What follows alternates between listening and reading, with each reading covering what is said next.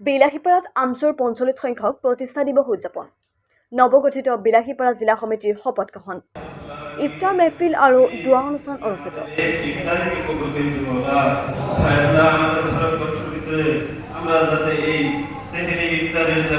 ধুবুৰী জিলাৰ বিলাসীপাৰা চহৰৰ প্ৰতিমা প্ৰান্তে প্ৰেক্ষাগৃহত শনিবাৰে অনুষ্ঠিত হোৱা আমচুৰ প্ৰতিষ্ঠা দিৱসত উপস্থিত থাকে আমচুৰ কেন্দ্ৰীয় সভাপতি ৰেজাউল কৰিম চৰকাৰ।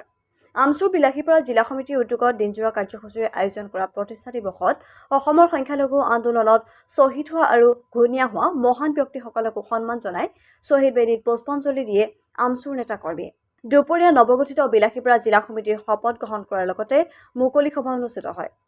সন্ধিয়া সমূহীয়া ইফতাৰ মেহফিল আৰু দোৱা অনুষ্ঠিত কৰা হয়। ইফতাৰ আৰু দোৱা অনুষ্ঠানত কংগ্ৰেছ, AIUDF আৰু বিলাসীপাৰা ধৰ্ম বৰ্ণ নিৰ্বিশেষে বহু সমাজকৰ্মী আৰু বুদ্ধিজীৱী উপস্থিত থকা পৰিলক্ষিত হয়।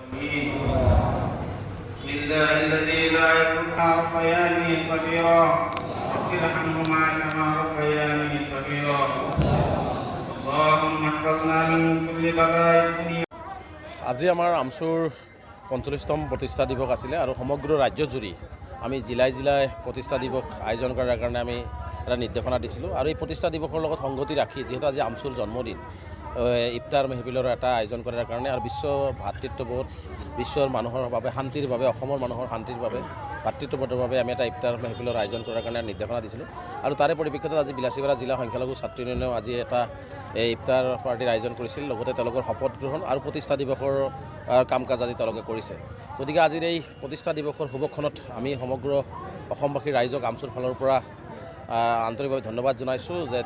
আমাক যি সহায় সহযোগ আৰু মৰম যে 1980 চনৰ পৰা আজিৰ তাৰিখলৈকে কৰি আহিছে তাৰ বাবে সকলোকে আন্তৰিকভাৱে ধন্যবাদ আৰু কৃতজ্ঞতা জ্ঞাপন কৰিছোঁ। আৰু অহা দিনবিলাকত আমি অসমৰ সংখ্যালঘু সমাজক আৰ্থ সামাজিক ৰাজনৈতিক শৈক্ষিকভাৱে কেনেকৈ আগুৱাই লৈ যাব পৰা যায়,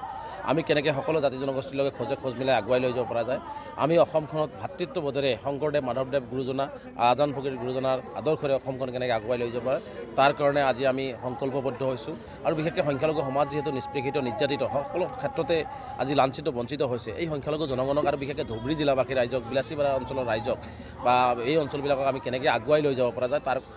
বিষয়ে আমি আজি আমাৰ প্ৰতিষ্ঠা দিৱসত আমাৰ কৰ্মকৰ্তাসকলৰ লগত আমি আলোচনা কৰিছোঁ। আৰু অহা দিনবিলাকত আৰু দুগুণ উৎসাহেৰে দুগুণ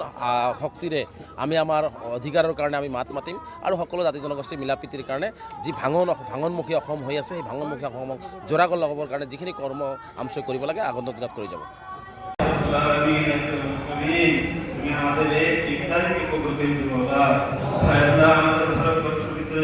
আমরা যাতে এই সেহরি ইফতারের দ্বারা মানুষকে আমরা বুঝাইতে পারি যে আমরা মিলাদ করতে কেমন থাকে আল্লাহ আমাদের